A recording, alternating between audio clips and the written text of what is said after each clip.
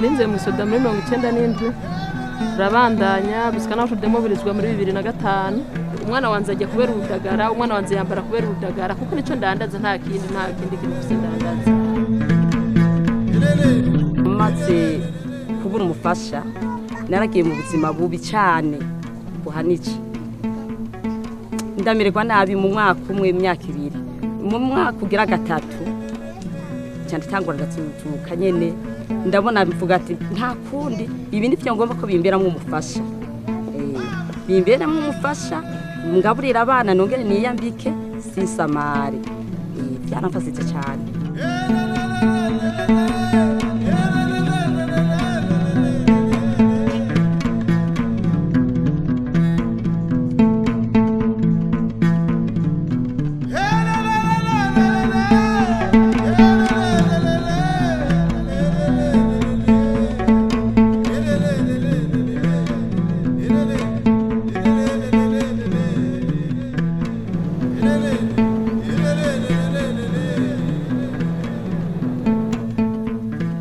Fisheries play an important part in the economic and social life of people in Burundi.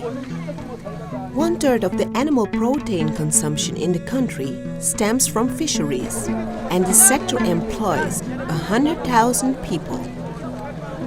For fishing activities, Burundi has inland water bodies that are mainly made up of Lake Tanganyika in the southwest and by Kahowa and Ruguru lakes in the northeast. In the early 2000s, fish production was estimated at about 20,000 tons per year.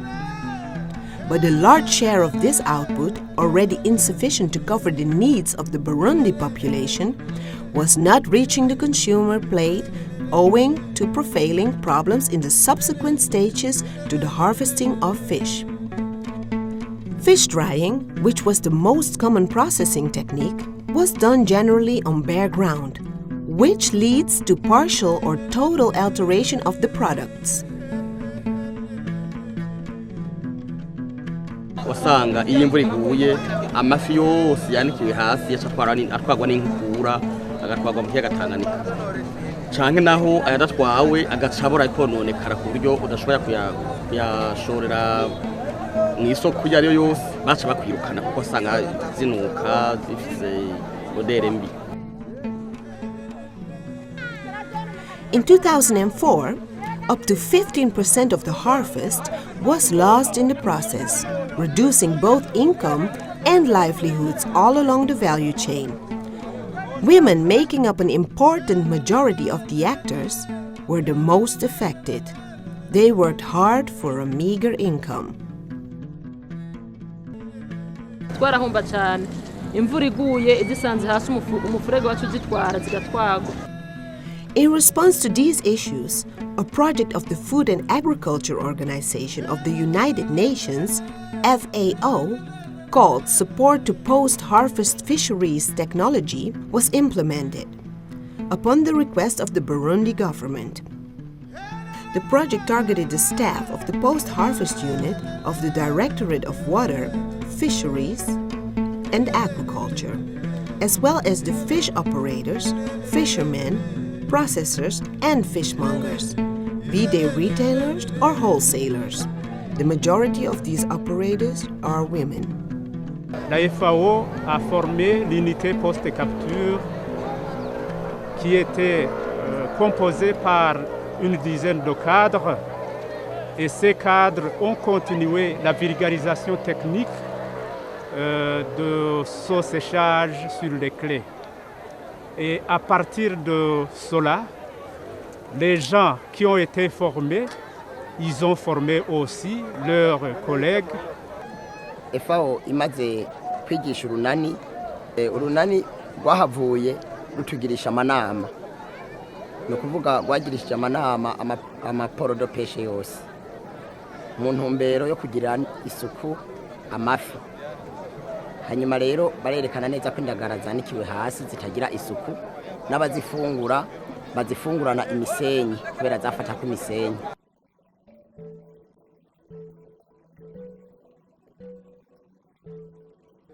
Mvugo, a fishing village located in the south on the shore of Lake Tanganyika, was chosen as the pilot site of the project, where a demonstration platform for improved technologies has been constructed.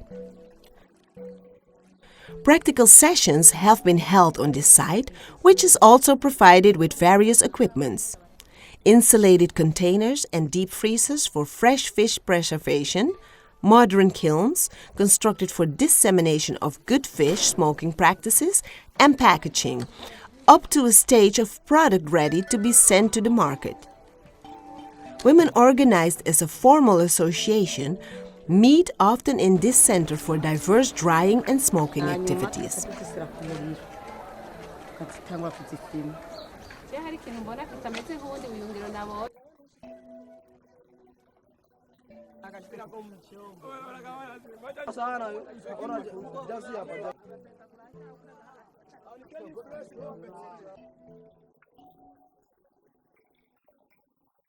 As a result of the intervention of the project Support to Post-Harvest Fisheries Technology, the beneficiary fishing communities have adopted the improved fish processing techniques.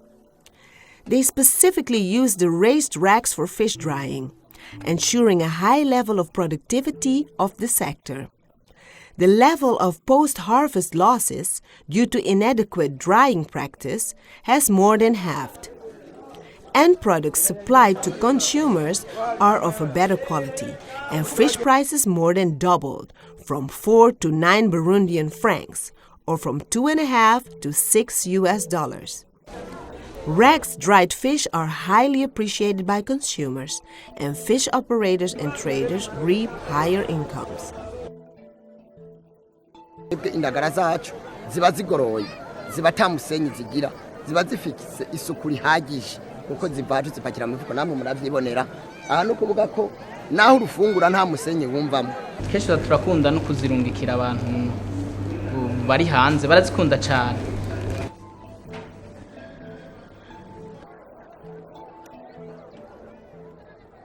Women, who are a majority of fish operators in Burundi, have seen their productivity and income increase considerably. Therefore, their role was enhanced, as well as their capacity of ensuring household food and nutrition security. Actually, for fish operators in Burundi, the use of the improved drying technique became a common sense, and no more the exception to the rule as it prevailed before the project. Currently, it's scarce to see people who still dry fish on the sand. Even fish processors, who cannot afford the metal racks, use racks but made with cheaper materials, for example wooden or nets of different mesh sizes. Those latter are usually of lower quality and with much shorter lifespan, but at least they offer the opportunity for the most vulnerable to benefit from the advantages of this innovation. Jena aboneye ku bantu b'amashirahamwe bari mu mashirahamwe kangura kubona ko ari byiza kwanikira ku buyungiro imboga zitafata ubucafu. Nanje numva ndabikunze. Rero aho nagenda gucururiza hose narondera ahantu hari ubuyungiro. Mugare kubera abantu babona nitungana nta mitahe benshi dufise. Ducatura natwe titwokoresha ibintu by'ibifiriyumu. Nivyo byibi mubona byibi. Nta bucafu bifise. Ducatura ko twobyanikira ko nazo. Kugira tugwanye bwa bucafu bwo hasi twavuyemo. Mu misi ya mbere hari abanyagihugu batavyumva babona ko mengo bagomba abanyagwe amaparcelle, ariko mu nyuma barabonye neza ko ari terambere ry'abanyagihugu kuko murabona nka kwitanganyika hakubaka inzu pangisha uhashira ututuyungiro yaba utuntu duhera ha twabonetse baguha kashi ugasumira nawe umuryango kandi ugasanga upangishije amahera menshi kandi ahantu hatubatse.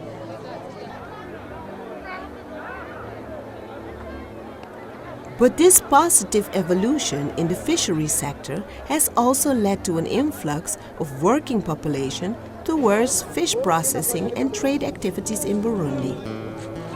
The number of jobs directly related to the sector has increased from 500 in 2004 to approximately 2,000 in 2013.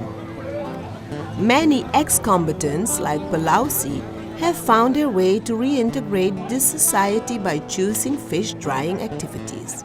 Abandi bantu barambwira ati turafise agasirahamwe k'abantu babiri turashobora kuba batatu kugira turabe uko mukudandaza mbwa twe tudandaza indagara ndavuga ati genda afise agataye gatoyi none vyokunda baravuga ati yego nuze dusubire kukwinzizamwo nawe usubire kuzamo kukazanye ko sikangana none natangwe rero kudandaza izo ndagara barandera kuma bandira kuri kagataye kuka yampere umugambi bari bampa yari yaheze nesigaranye mu kantu gatoyi mugabo bandi baguma bamfasha rero turaduga turaronka aho turose aho tubuze byose tukabandanya rero turangura indagara.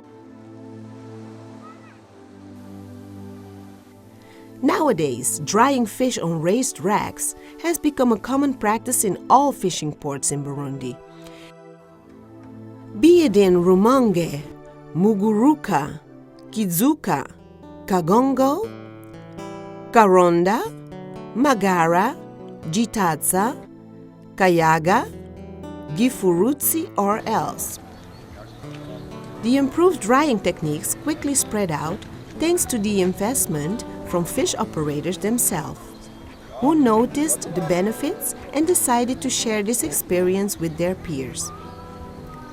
Also, further initiatives launched by development agencies, inspired from the achievements of the FAO project, fueled the expansion of this practice. Yvette Diayewadi, fishery industry officer, who was technically backstopping the project, recalls briefly the institutional setting that contributed to this positive impact. The sustainable management mechanism that was put in place and recommended at the end of the TCP, and this mechanism was fully adopted by all the stakeholders. It was actually applied. So this mechanism gave a certain status to the center of Mvugo. Besides this institutional framework set to ensure the sustainability of the project results, the Burundi government also played a central role in creating an enabling environment. Indeed, it has shown its political commitment in addressing food security issues by promoting responsible governance of land tenure and by facilitating land access to fish operators for them to install their racks. Normalement, c'est le gouvernement par le biais du ministère de l'eau, de l'environnement, de l'aménagement du territoire et de l'urbanisme qui gère les terres et octroie le terrain aux pêcheurs qui le demandent, à condition qu'ils soient organisés et intégrés dans la Fédération des pêcheurs. Le terrain est donc disponible, surtout dans la zone dite tampon, où on a les 150 mètres réglementaires. C'est là où peuvent se pratiquer les activités de pêche respectueuses de l'environnement. Donc, si les pêcheurs le demandent par le biais de la fédération, parce que c'est la fédération des pêcheurs qui est reconnue par l'administration locale et par le ministère de l'Agriculture, les pêcheurs, s'ils le demandent, ils ont facilement le terrain. The project, Support to Post-Harvest Fisheries Technology, lasted 1 year, but was so successful that its results were replicated in nearby fishing sites in Burundi.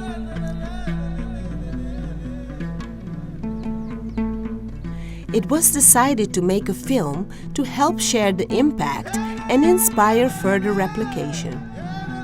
This technical cooperation program should serve as an example of good practice for ongoing and upcoming FAO or other development agency projects, be it in Burundi or elsewhere. This project has unquestionably contributed to improving individual and family well-being of fish operators in Burundi.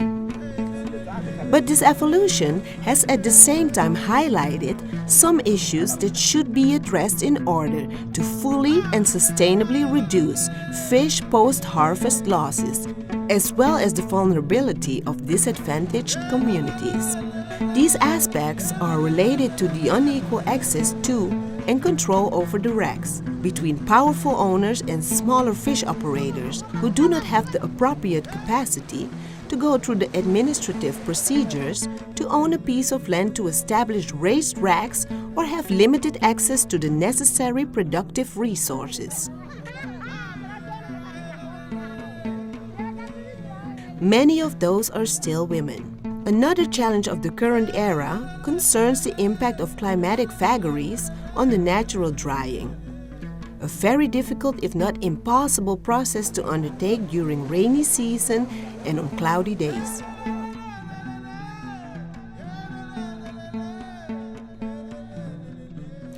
Techniques that could be used regardless of the weather conditions should be promoted in present and future initiatives of FAO as per its mandate. Among these techniques, one could mention the introduction of value-added products and the promotion of use of renewable energies. All these perspectives are in line with the organization's strategic objectives for rural poverty reduction and more inclusive and efficient agriculture and food system at local, national, and international levels.